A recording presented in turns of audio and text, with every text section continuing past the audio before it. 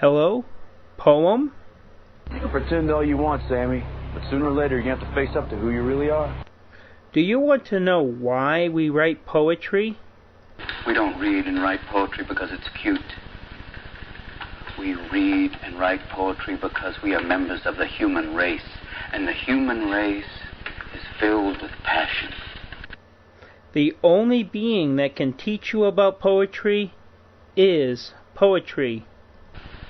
Medicine, law, business, engineering, these are noble pursuits and necessary to sustain life.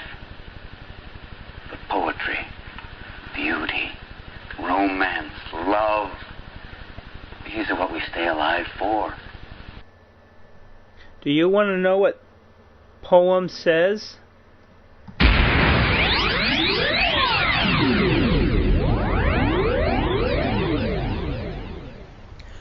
Welcome to Poetic Philosophy, number 56, Connection by Robert G. Parent. This podcast is for all those people and all those who have gotten inspiration from listening to poems, stories, and songs. I love to drive, to visit parts of the state I live and other states and places because I believe travel broadens the mind. But it's just not physical travel. It's the travel I do and I think others do when we watch a video from another place because we get exposed to other ideas and different ways people live or do something. It's also the travel we do when we enter the dream state, read or use our imagination. But sometimes writers and other creative people get stuck and have a hard time creating a piece of writing, a song, or even a video or business. I believe this happens because we are always creating based on what we see out in our world. Sometimes we stay in certain circles and don't venture out into anything new. We talk to the same people, go to the same website, listen to the same social media identities, and even shop in the same stores. To relieve ourselves from writer's block, or if you like, a block in creativity, we need to do something different, meet new people, go to different places, see the point of view from someone different. Writer's Block by Robert G. Parent. To be disconnected from your muse, from the source, from higher mind. The voice within us comes with many names. It sees the bigger picture of the life in the moment. We use it and don't know that we use it. To be inspired means to be in spirit. When we are blocked, it's not spirit leaving us. It's us leaving spirit through the ego. And what we think about what others think about what we think, well, only truth is important. Because the truth is true and nothing else is true, no matter what story we tell ourselves. Let the ego go. Reconnect with spirit. Become inspired with life and see the truth. You know, sometimes I wonder if all the universe we live in is an illusion. Maybe a long time ago the earth was destroyed and we live here in this place until we reach the point where we can escape. There is a song, Hotel California, where in it says you can die but never leave. I've also wondered if maybe this whole universe is an atom. Science tells us that there is a lot of space inside of an atom. If you're a Doctor Who fan, you know about the TARDIS, that the inside is bigger than the outside. Well, that's the atom. How would you know what is real or illusion?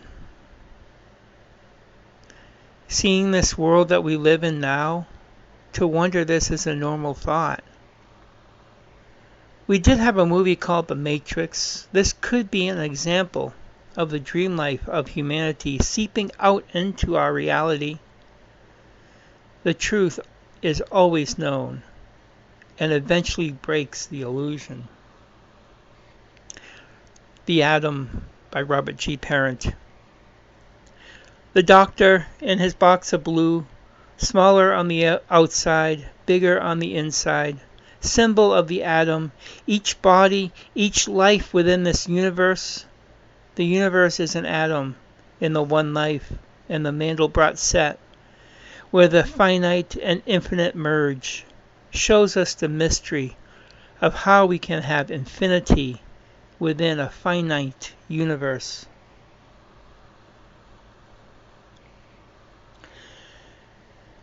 We all would like to make a change, but the one main obstacle is usually money. There have been many in our past who have said, "Think and grow rich, as a man thinks he becomes." While this is true, we need to do more to manifest the life we live. Manifestation, creation, needs the magic of the three. It takes three to create: the mind, the soul, the spirit. The mind is the idea you're trying to manifest. The soul, working through the physical body, through physical action to bring the idea here in this place.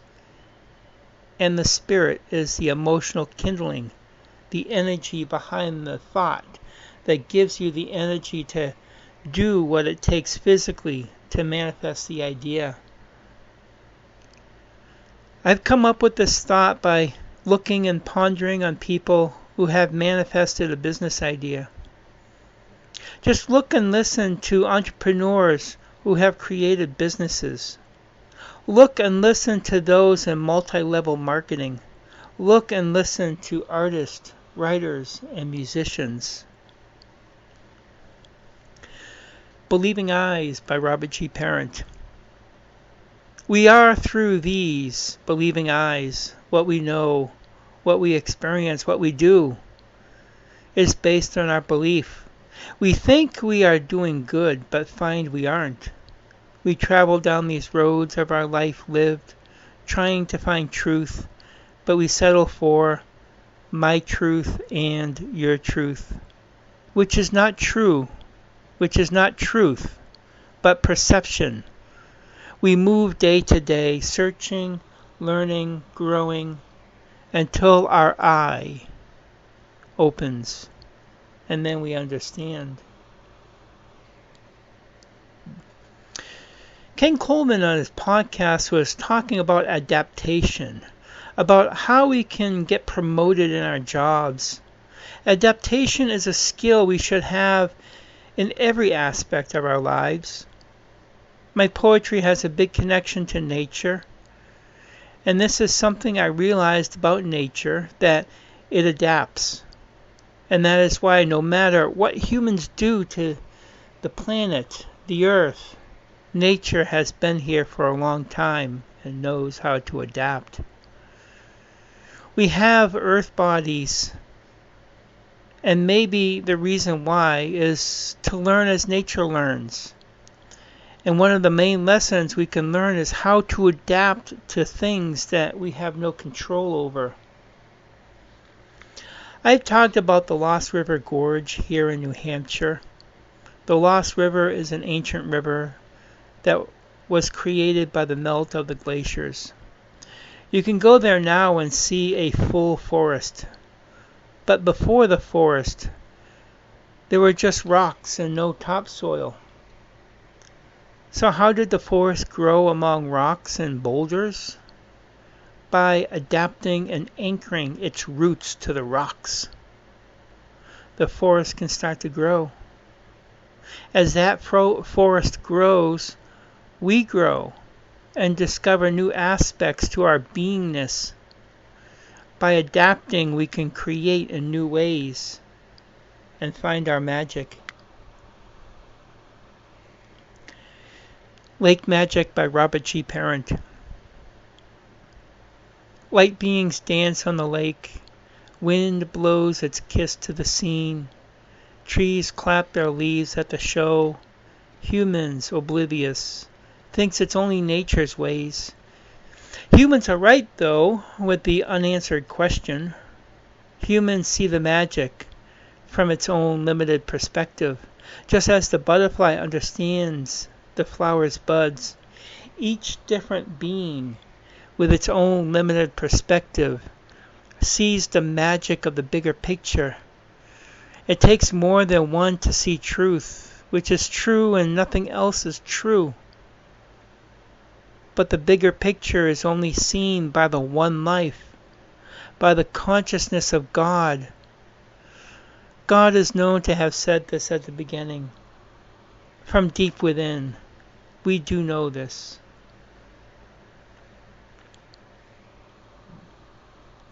I've said this many times and in many ways, that we are all one. Native Americans knew this and have a respect for all life. There are those out there who try and separate, but that is the greatest sin, the greatest mistake I can think of. It is said that there are two great commandments.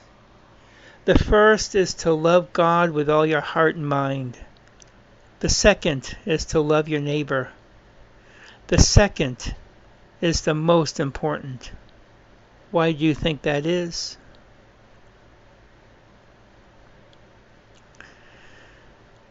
I hope you enjoyed this story of connection, this podcast. I'm always pondering on life and of my life and the experiences I've had. This makes a good writer and a good lesson in exploring life's creative flow. So stay creative in the magic of life. Thank you for listening. Good day. If you like this piece, you can check out more of my writings over at robertg.blogspot.com. Or if you want to purchase some of my books, you can go to robertgparent.blogspot.com. There you'll find the links to my Amazon books. And as always, thank you for listening. Stay creative in the magic of life. Good day. Just when you think you know something, you have to look at it in another way. Even though it may seem silly or wrong, you must try. Now, when you read, don't just consider what the author thinks. Consider what you think. You must strive to find your own voice. Dare to strike out and find new ground.